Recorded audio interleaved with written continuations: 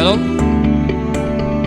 Hari ini kita akan belajar bersama-sama dari satu kebenaran firman Tuhan yang bertema identitas Pentakosta dalam era pandemik, saudara ya. Identitas Pentakosta dalam era pandemik. Apa itu identitas? Ya, identitas itu bicara mengenai apa? Who am I? Siapa saya? Ya.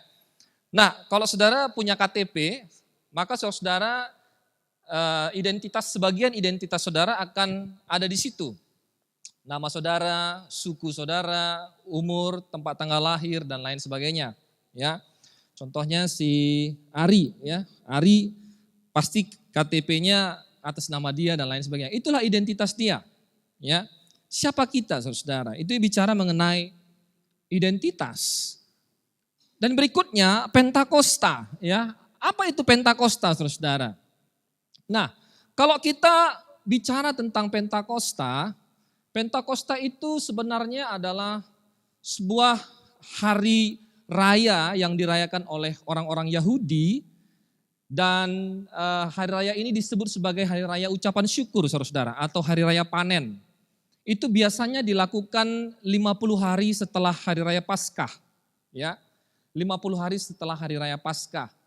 Nah, Pentakosta itu sendiri berarti hari ke-50. Nah, saudara, kalau kami orang Karo, biasanya sekali setahun itu ada yang namanya hari ucapan syukur, hari raya panen. Jadi kalau bulan 6 dulu kami pulang kampung, kami kumpul sama keluarga dan kami makan-makan dan saling mengunjungi keluarga demi keluarga. Seperti itu, saudara. Nah, sama halnya dengan orang Yahudi. Di hari raya Pentakosta, mereka hari raya ucapan syukur ini, mereka pulang ke kampungnya, ke Yerusalem, ke Israel, dari berbagai tempat. Dari Roma, ya, dari daerah-daerah yang lain. Mereka kumpul bersama dengan keluarga mereka, saudara. Dan mereka fellowship di situ, saudara. Namun, apa yang membuat hari raya ini menjadi begitu menarik, saudara? Oleh karena ada satu peristiwa yang sangat penting terjadi di dalam sejarah, saudara, di mana di hari Pentakosta itu Roh Kudus itu dicurahkan kepada setiap orang percaya, kepada murid-murid Yesus. Nah, saudara, mari kita bersama-sama melihat sejenak di dalam Kisah Para Rasul pasal yang kedua, ayat 1 sampai dengan ayat yang keempat. Saya akan bacakan. Ketika tiba hari Pentakosta, semua orang percaya berkumpul di satu tempat. Tiba-tiba turunlah dari langit suatu bunyi seperti tiupan angin keras yang memenuhi seluruh rumah di mana mereka duduk, dan tampaklah kepada mereka lidah-lidah seperti nyala api yang bertebaran dan hinggap pada mereka masing-masing. Maka penuhlah mereka dengan Roh Kudus. Lalu mereka mulai berkata-kata dalam bahasa lain, seperti yang diberikan oleh Roh itu kepada mereka untuk mengatakannya. Nah, saudara, pada hari Pentakosta, tepat pada hari yang ke-50 di mana orang-orang merayakan Pentakosta, terjadi satu peristiwa yang besar di mana Roh Kudus dicurahkan kepada murid-murid Yesus atau pengikut-pengikut Yesus pada waktu itu, dan mereka dipenuhi oleh Roh Kudus. Dan ada sebuah tanda yang kita bisa lihat di sini ketika mereka dipenuhi Roh Kudus. Mereka bahasa lain. Nah, kita semua sudah belajar ini bagaimana apa yang terjadi di sana, saudara. Nah, lalu ini merupakan sebuah penggenapan janji yang diberikan Yesus kepada murid-muridnya sebelum Yesus mati, saudara. Dan kita akan melihat di dalam ayat yang selanjutnya, saudara. Nah, itu di dalam Lukas pasal yang ke-24, ayat yang ke-49. Ini adalah janji Bapa, inilah janji Yesus kepada murid-muridnya. Dikatakan di sana, dan aku akan mengirimkan kepadamu apa yang dijanjikan Bapakku. Tetapi kamu harus tinggal di dalam kota ini sampai kamu diperlengkapi dengan kekuasaan dari tempat tinggi.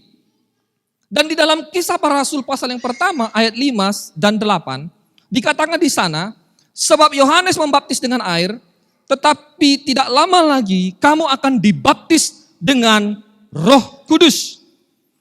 Tetapi kamu akan menerima kuasa kalau Roh Kudus turun ke atas kamu, dan kamu akan menjadi saksiku di Yerusalem, di seluruh Yudea dan Samaria dan sampai ke ujung bumi. Ini adalah janji Yesus yang diberikan kepada murid-muridnya. Ketika aku nanti pergi, kamu tidak sendiri. Aku akan memberikan kepadamu penolong. Penolong itu adalah Roh Kudus. Roh Kudus yang akan menolong mereka untuk apa? Untuk bersaksi, untuk memberitakan Injil, untuk memberitakan kabar baik, untuk memberitakan tentang Yesus, untuk memberitakan tentang karya Yesus kepada dunia yang berdosa ini. Bahwa seorang juru selamat, bahwa Allah telah turun ke dunia ini membawa keselamatan bagi seluruh manusia yang percaya kepadanya. Nah, saudara-saudara, mari kita melihat sedikit penafsiran daripada ayat ini, saudara-saudara. Nah, saudara-saudara yang belajar teologi Perjanjian Baru, secara khusus waktu saudara membahas kitab Kisah Para Rasul, di dalam satu buku yang ditulis oleh Roger Stonestad, itu ada bukunya kecil, saudara-saudara, tapi baca buku itu sulit sekali. Saudara sekali-sekali baca itu. Dalam bukunya ini mengatakan kepada kita, waktu kita menganalisa kitab Kisah Para Rasul, ada 3 hal yang harus kita perhatikan. Yang pertama, bahwa waktu kita membaca kitab Lukas dan kitab Kisah Para Rasul, itu ada keutuhan sastra dan keutuhan teologis dari Lukas dan Kisah Para Rasul. Lukas dan Kisah Para Rasul itu harus dilihat sebagai satu seri yang berkesinambungan. Artinya saudara, waktu saudara belajar kitab Lukas dan saudara bisa belajar kitab Kisah Para Rasul, saudara harus melihat 2 buku ini, 2 kitab ini berkesinambungan. Ya, artinya Lukas itu buku jilid pertama, Kisah Para Rasul itu buku jilid yang kedua. Yang kedua, kita bisa melihat bahwa ada karakter teologis dari historiografi Lukas. Artinya apa? Lukas itu yang menuliskan kitab Lukas dan kitab Kisah Para Rasul, dia tidak hanya sebagai seorang teolog, tapi dia juga seorang historian atau seorang sejarawan, saudara-saudara. Jadi kesejarawannya itu tidak diragukan dan dia seorang teolog juga tidak diragukan. Jadi Lukas di saat yang bersamaan dia adalah seorang sejarawan, dia juga seorang teolog. Jadi fakta sejarahnya bisa dipercaya dan pemikiran-pemikiran teologisnya juga bisa dipercaya, saudara-saudara. Dan ketiga, ada kemandirian dari teologis, ada kemandirian teologis dari Lukas, saudara-saudara. Nah, waktu kita melihat kembali di dalam buku ini, saudara-saudara, Stonestad ini membagi kedua tulisan Lukas ini, Lukas dan kitab Para Rasul ini, bahwa di dalam kitab Lukas itu Lukas menggambarkan bahwa Mesias itu adalah Mesias yang karismatis, ya. Sedangkan di dalam kitab Kisah Para Rasul, Lukas itu menggambarkan bahwa murid-murid atau orang-orang percaya atau komunitas itu adalah satu komunitas yang karismatis. Apa itu karismatis atau karismatik, saudara? Karismatik itu adalah bicara mengenai pemberian karunia Allah atas hamba-hambanya, baik secara individual atau perorangan, atau secara kolektif, untuk mengurapi, untuk memberdayakan, atau untuk menginspirasi mereka melakukan pelayanan ilahi. Jadi artinya saudara, kalau kita melihat di dalam kitab Lukas, itu ada Mesias yang karismatis, Mesias yang diurapi Allah, yang diberdayakan oleh Roh Kudus untuk melakukan pelayanan ilahi, untuk melakukan misi Bapa. Tapi di dalam kitab Kisah Para Rasul, kita bisa melihat bahwa komunitas atau orang-orang percaya atau murid-murid Yesuslah yang diurapi, murid-murid Yesuslah yang diberdayakan, saudara. Untuk apa? Untuk melakukan pelayanan ilahi secara spesifik, secara khusus untuk melakukan pelayanan bersaksi atau memberitakan Injil, saudara. Jadi ada kontinuitas, ada kesinambungan antara Injil Lukas dan kitab Kisah Para Rasul. Dan itu kita bisa lihat di dalam Kisah Para Rasul pasal yang kedua ayat yang ke-33. Dikatakan di sana, dan sesudah ia ditinggalkan oleh tangan kanan Allah dan menerima Roh Kudus yang dijanjikan itu, maka dicurahkannya apa yang kamu lihat dan dengar di sini. Saudara-saudara, kita bisa melihat ada transfer motif dari Kristus yang karismatis kepada komunitas yang karismatis. Jadi di dalam kitab Lukas itu digambarkan Yesus yang karismatis, di dalam kitab Kisah Para Rasul itu digambarkan murid-murid atau orang-orang percaya yang karismatis, saudara.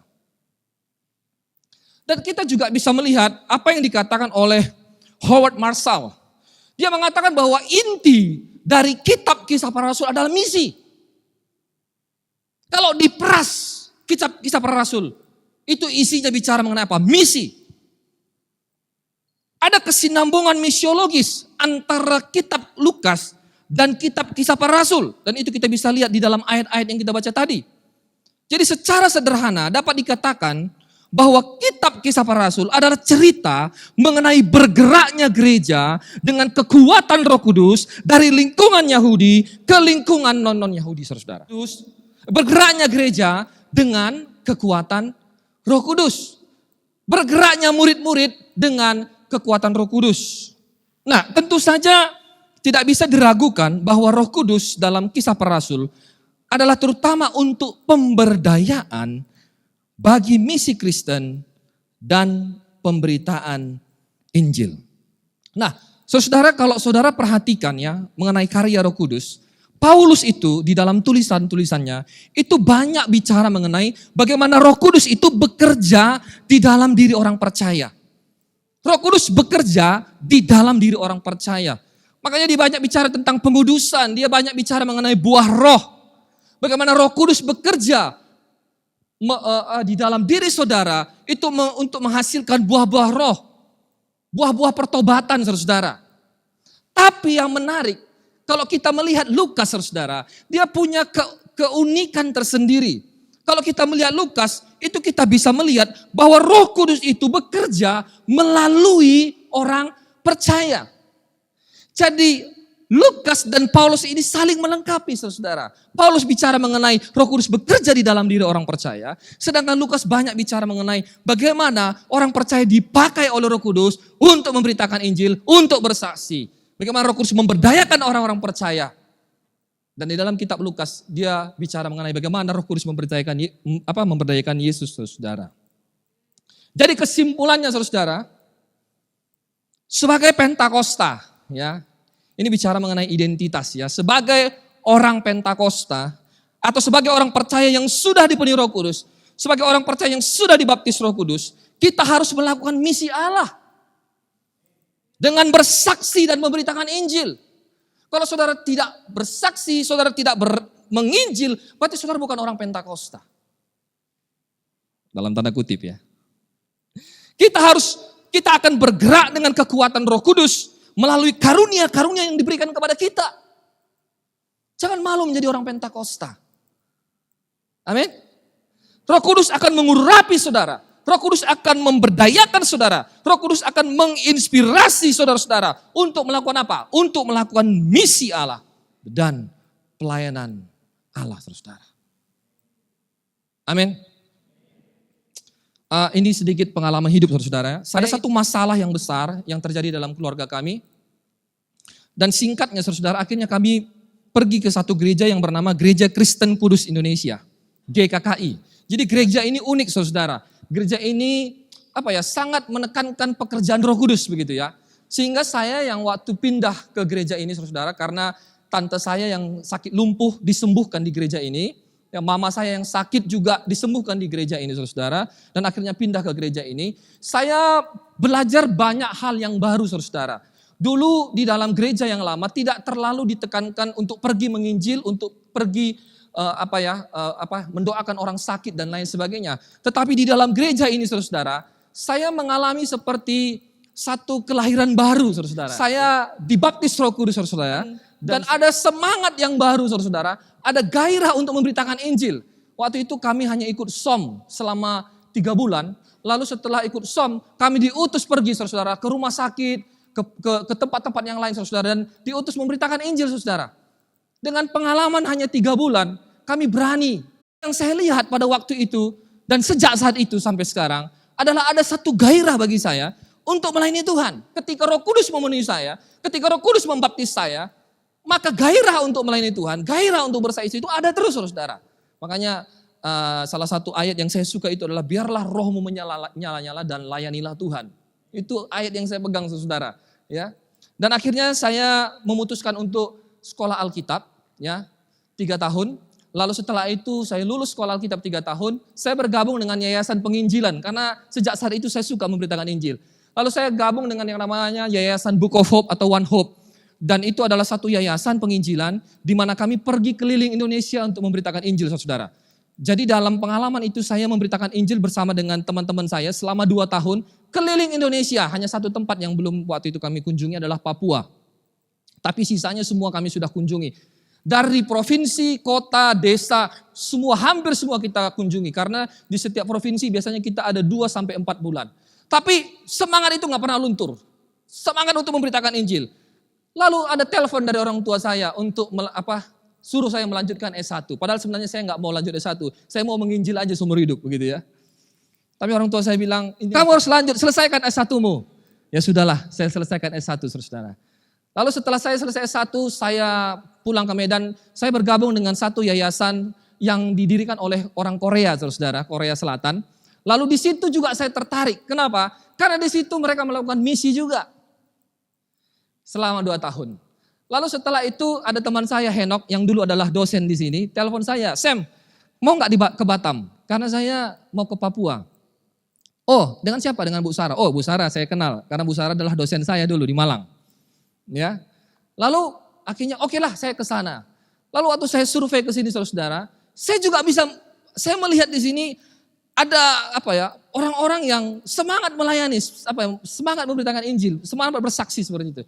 Itu yang membuat saya pindah ke sini saudara. Dan akhirnya saya bergabung dengan IBC saudara. Nah intinya apa? Sejak Roh Kudus membaptis, sejak Roh Kudus memenuhi saya, sejak saat itu saya suka melayani, saya suka memberitakan Injil saudara. Karena Roh Kudus itu memberdayakan orang-orang percaya. Amin. Nah, yang menjadi persoalannya adalah sekarang kita hidup di era pandemik, saudara. Betul ya? Rasanya kalau mau pergi-pergi memberitakan Injil susah ya, betul nggak? Bagaimana caranya? Saya bersaksi sebagai orang Pentakosta, bersaksi memberitakan Injil di era seperti ini, saudara. Apa yang harus saya lakukan? Seperti ada tembok besar, ya, coronavirus, gitu ya. Nah, saudara, ada hal yang menarik, saudara, dari dari bahasa Cina. Siapa di sini yang dari Cina? Ada? Ara ya. Weizi, ya, benar ya, Weizi. Weizi itu artinya krisis, saudara. Tapi Weizi itu terbagi dari krisis itu terbagi dari 2 kata, Wei dan Zi. Wei itu artinya danger atau bahaya, sedangkan Zi itu adalah opportunity atau kesempatan, saudara.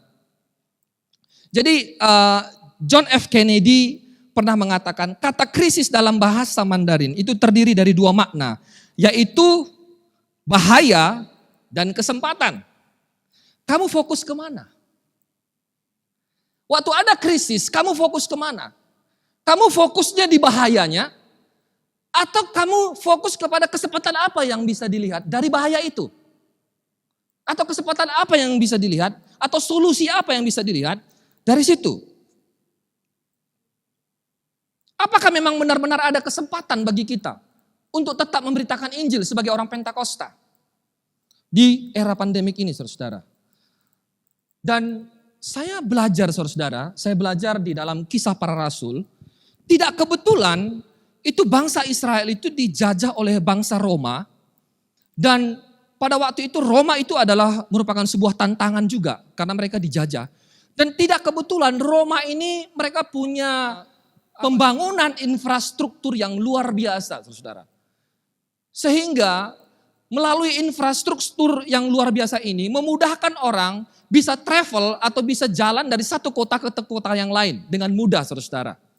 Sehingga pada masa itu, pada hari Pentakosta itu, saudara, itu infrastruktur sudah sangat baik dibangun oleh Roma. Sehingga orang-orang Yahudi yang berasal dari daerah-daerah lain, itu sangat mudah sekali untuk datang ke Yerusalem. Dan mereka menyaksikan, tidak kebetulan juga mereka menyaksikan peristiwa ini. Dan tidak kebetulan juga Petrus berkhotbah kepada mereka. Dan kebanyakan mereka bertobat. Dan mereka kembali ke kota mereka. Dan pada akhirnya Injil itu diberitakan kepada seluruh dunia. Dan saya juga bisa melihat, saudara-saudara, bahwa tidak kebetulan kita hidup di era digital. Dan ini adalah sebuah opportunity. Ini adalah sebuah kesempatan, saudara-saudara, bagi kita. Nah, mari kita perhatikan data, saudara-saudara. Jadi dengan data ini, nanti kita akan melihat, saudara-saudara, bahwa total populasi manusia di Indonesia ini ada sekitar berapa? 272 juta jiwa, saudara-saudara.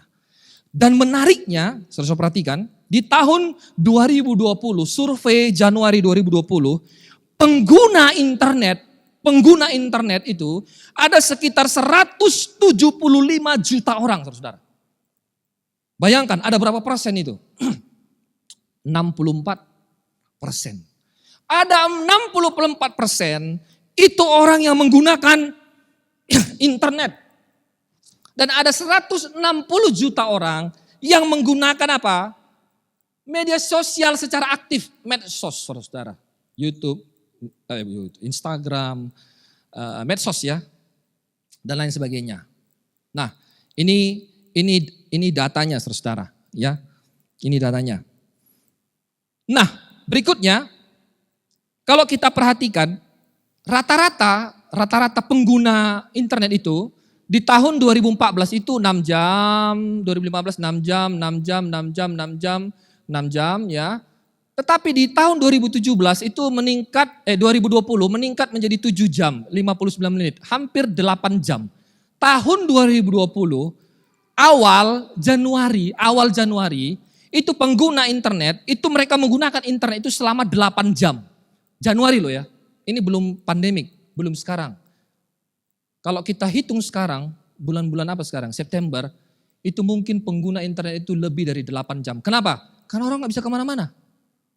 Orang hiburannya ya internet saja. Orang kerja pakai apa ya? Pakai internet, saudara. Dan lain sebagainya. Nah, saudara perhatikan. Ini berdasarkan usia.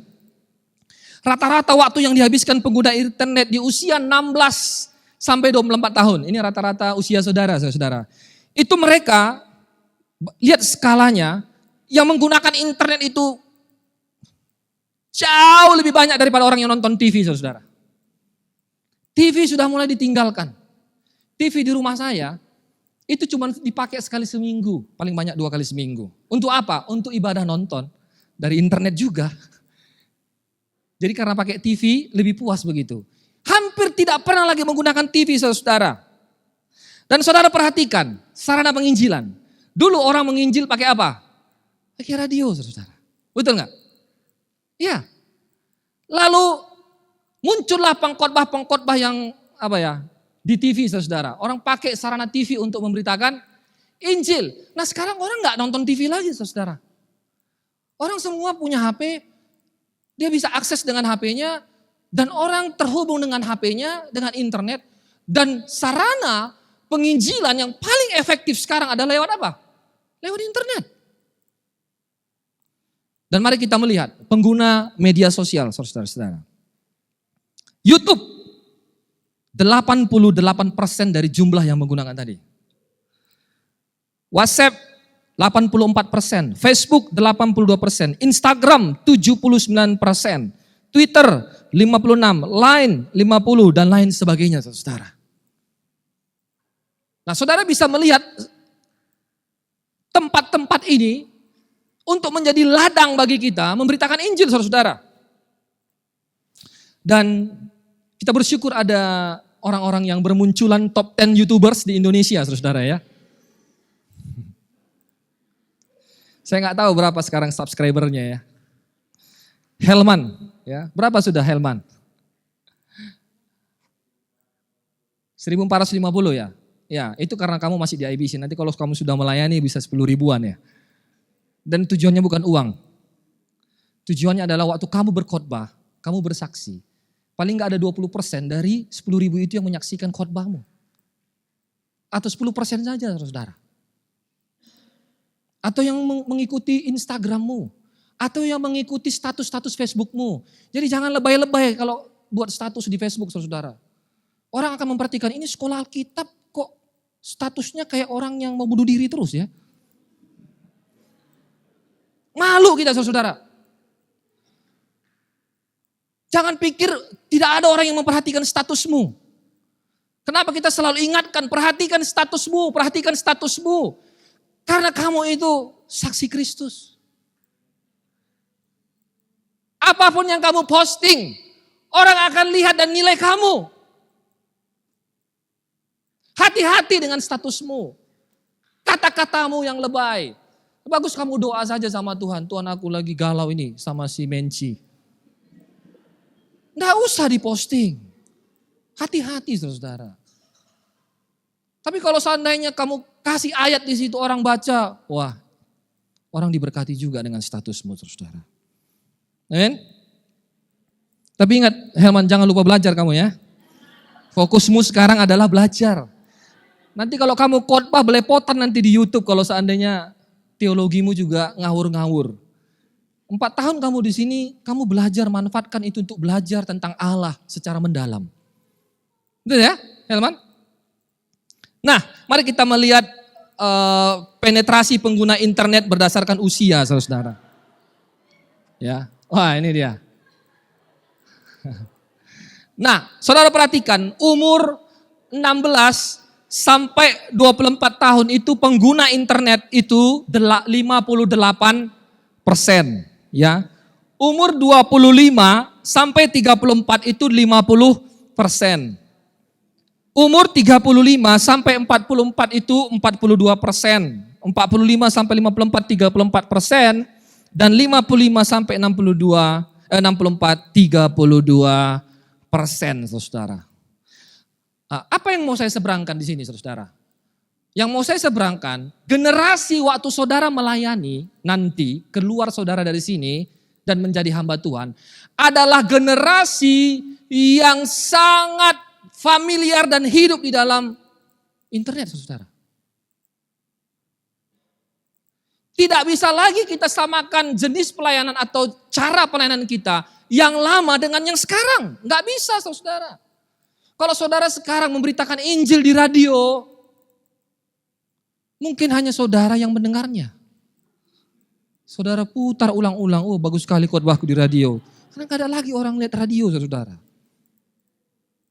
Betul gak? Ataupun di TV. TV juga sangat turun sekarang, saudara. Tapi di internet, saudara. Ya. Nah, untuk itu kita harus punya yang namanya digital mindset, saudara. Minimal saudara harus punya digital mindset. Apa itu digital mindset? Digital mindset itu bukan sekedar kemampuan untuk menggunakan teknologi, saudara. Tetapi saudara punya pola pikir untuk selalu memanfaatkan teknologi dalam aktivitas pelayanan saudara. Karena ini adalah satu media, ini adalah satu metode yang bisa kita gunakan untuk memberitakan Injil. Pola pikir kita harus terbuka dengan segala informasi, saudara. Serta mampu menggunakan strategi ini dan solusi ini untuk memberitakan Injil. Seseorang dengan digital mindset paham bahwa teknologi itu memiliki kemampuan untuk memperluas dan mempercepat interaksi antar manusia, saudara. Nah, ada beberapa karakteristik dari orang-orang yang punya digital mindset. Yang pertama, mereka adalah orang-orang yang punya kemampuan berkolaborasi, kooperatif. Mereka adalah orang-orang yang open mind. Mereka adalah orang-orang yang bisa saling percaya. Kalau kita nggak bisa saling percaya, kerja sama tim nggak bisa, saudara. Harus saling percaya. Kalau saya nggak percaya kamu, kita kerja sama tim nggak bisa. Lalu bagaimana Pak kalau dia banyak kekurangan, banyak kesalahan? Bangun kepercayaan kepada dia, dorong dia untuk bisa berhasil. Motivasi dia. Harus mampu berkolaborasi. Yang kedua, saudara harus punya grow mindset. Saudara suka mempelajari hal yang baru. Tidak hanya teologi saudara. Tapi cabang ilmu yang lain juga saudara pelajari. Pertanian kah? Dan lain sebagainya saudara. Saudara pelajari. Saudara, orang yang punya digital mindset, mereka gesit. Bukan hanya sekedar beradaptasi dengan perubahan, tapi bisa gesit di dalam perubahan-perubahan yang ada saudara. Seperti ini, orang main basket itu atau orang main bulu tangkis, itu seperti mengasih ke sini, tetapi sebenarnya dia ngasih ke sana. Itu namanya gesit saudara. Kalau volley misalnya ya, kalau nyemes, orang ini nyemesnya kayaknya dari sini, rupanya dia nyemes ke sini tangannya. Itu namanya gesit. Kita nggak bisa hanya mengendar, oke, saya terima perubahan, oke, pandemik saya nggak bisa berubah apa, nggak bisa. Kita harus bilang apa kesempatan yang bisa saya buat di era ini. Itu yang namanya agile approach, saudara. Yang keempat adalah mampu menghadapi ketidakpastian. Ini banyak orang sekarang banyak panik, banyak takut. Kenapa? Karena kita hidup di era yang tidak pasti. Bagaimana ini ya? Ke depan seperti apa ya? Sama seperti Abraham, beriman saja, percaya kepada Tuhan. Amin. Tuhan akan buka jalan kepada saudara-saudara. Saudara gak usah pusing, apalagi tingkat 1. Nanti saya mau kemana habis dari STT IBC? Masih tingkat 1. Belum tentu saudara naik ke tingkat 2. Udah pusing mau kemana? Gak usah pusing saudara. Pusingin aja papermu. Sungguh-sungguh aja belajar. Tingkat 4 pun gak usah pusing. Amin. Saya, Pak Domu, Bu Nomi, Bu Sarah, Pak Diki, Pak Porman, Pak Julison, Bu Mary, semua staf di sini juga pernah mengalami hal yang sama. Mau kemana? Dan bagaimana masa depan saya? Tapi inilah masa depan kami, saudara. Di sinilah kami mendarat. Tuhan akan mengatur segala sesuatunya tepat pada waktunya. Kerjakan aja skripsimu. Nggak usah kamu pusing mau kemana. Jangan-jangan karena kau pusing gak selesai skripsimu. Ya. Collaborative approach, tadi saya sudah jelaskan bagaimana kita berinovasi menciptakan nilai-nilai kebutuhan yang ada. Dan embracing diversity, artinya kita terlibat dalam dialog dengan pikiran yang berbeda-beda saudara. Jangan takut dengan perbedaan. Jangan takut dengan ide-ide yang berbeda. Enggak masalah saudara. Itu memperkaya kita saudara. Amin. Manfaatkan teknologi untuk memberitakan Injil. Sebagai seorang Pentakosta, kita harus melihat dunia digital itu sebagai sebuah kesempatan untuk memperluas pekabaran Injil. Perhatikan, saudara harus renungkan 3 hal ini sebagai pemimpin masa depan. Masa depan itu tidak pasti saudara. Masa depan itu adalah digital. Dan masa depan adalah organisasi digital dalam ekspresi fisik. Artinya apa? Mau tidak mau, saudara akan menghadapi era digital yang lebih masif lagi di masa yang akan datang. Untuk itu, saudara harus mulai menjadi orang-orang yang memiliki digital mindset, saudara. Amin. Nah, ini menarik. Saya kutip dari seorang yang bernama Dr. Insinyur Antonius Tanan, MBA, MSc, MA. Banyak sekali gelarnya ini, bingung saya. Dia katakan begini, saudara. Digital presence membuat gereja bisa berada di mana saja, menjangkau siapa saja, dan kapan saja. Saudara bisa berada di mana saja, kepada siapa saja, dan kapan saja. Saudara, ibadah online kita, ini saya share sama teman-teman saya semua. Dengan medsos saudara, makanya kita dorong saudara-saudara untuk ayo share. Siapa tahu nanti ada 1 orang yang lihat dan 1 orang itu bertobat saudara. Kita nggak tahu di mana saja, kapan saja, siapa saja nggak ngerti kita saudara. Jangan-jangan yang nonton ibadah kita gereja sekarang ini, selama ini yang khotbah Bu Nomi ya kita aja yang dengar. Tapi sekarang waktu Bu Nomi khotbah, siapapun bisa lihat. Di Kalimantan, di Medan, orang tua saya nonton terus ibadah kita saudara. Dia foto, ini yang khotbah kan, ini khotbahnya katanya. Jadi siapapun yang khotbah dia tonton. Kenapa? Karena orang tua sekarang juga mau kemana? Takut kan COVID kan? Selain itu dampak pandemik juga tidak bisa kita pungkiri saudara-saudara, bahwa akan ada banyak orang yang stres, orang yang depresi, akan ada resesi ekonomi saudara-saudara. Dan tentunya ini juga harus kita siasati bagaimana supaya ini bisa menjadi satu kesempatan bagi kita untuk memberitakan Injil. Nah saudara-saudara, menarik saudara, kemarin saya dikirim sama satu rekan, namanya Pak Kit, dia bilang, Sam, coba perhatikan, kalian masuk online news di Singapura. Apa itu online news? Ya, seorang perusahaan billion star, saudara-saudara. Ya, billion star ini dia kerjasama melalui Pak Luke dengan Bu Sarah, itu membagikan sembako ke tempat-tempat yang saudara bagikan kemarin itu, Dapur 12, Bukit Senyum. Ada foto-fotonya, saudara-saudara. Ini namanya kolaborasi. Betul nggak? Kita bisa berkolaborasi dengan siapa saja, kerjasama dengan siapa saja, saudara. Yang kita butuhkan apa? Sikap yang generosity, punya kemurahan hati, punya care, kepedulian, punya kasih, bersinar. Dan kita bisa membangun jembatan, saudara. Kita bisa kerjasama dengan pemerintah, kita bisa kerjasama dengan lembaga kemasyarakatan, bahkan kita bisa kerjasama dengan lembaga keagamaan, saudara. Intinya kita bisa melakukan amanat agung. Pergilah, jadikanlah semua bangsa muridku. Dan baptislah mereka di dalam nama Bapa, Anak, dan Roh Kudus. Dan ajarlah mereka segala sesuatu yang telah kuperintahkan kepadamu. Dan ketahuilah, aku menyertai kamu senantiasa sampai akhir zaman. Amin. Kesimpulan, saudara. Identitas Pentakosta dalam era pandemik. Yang pertama, manfaatkan teknologi untuk memberitakan Injil, saudara. Karena kita hidup di era digital. Yang kedua, miliki kasih, kemurahan hati, kepedulian, dan gerakan berdoa untuk menjangkau dunia bagi Kristus. Itulah identitas kita sebagai orang Pentakosta di era pandemi itu, saudara. Supaya apa? Supaya Injil Kerajaan Allah diberitakan ke seluruh dunia. Saudara yang belum dibaptis Roh Kudus, minta Roh Kudus membaptis saudara. Saudara-saudara yang gak punya gairah untuk memberitakan Injil, minta Roh Kudus menjamah saudara, memenuhi saudara. Supaya saudara punya gairah untuk memberitakan Injil, bersaksi bagi dunia ini. Dengan cara apa? Dengan cara apapun. Kita lihat kesempatan. Weiji. Walaupun bahaya di depan, pasti ada kesempatan di situ, saudara. Amin.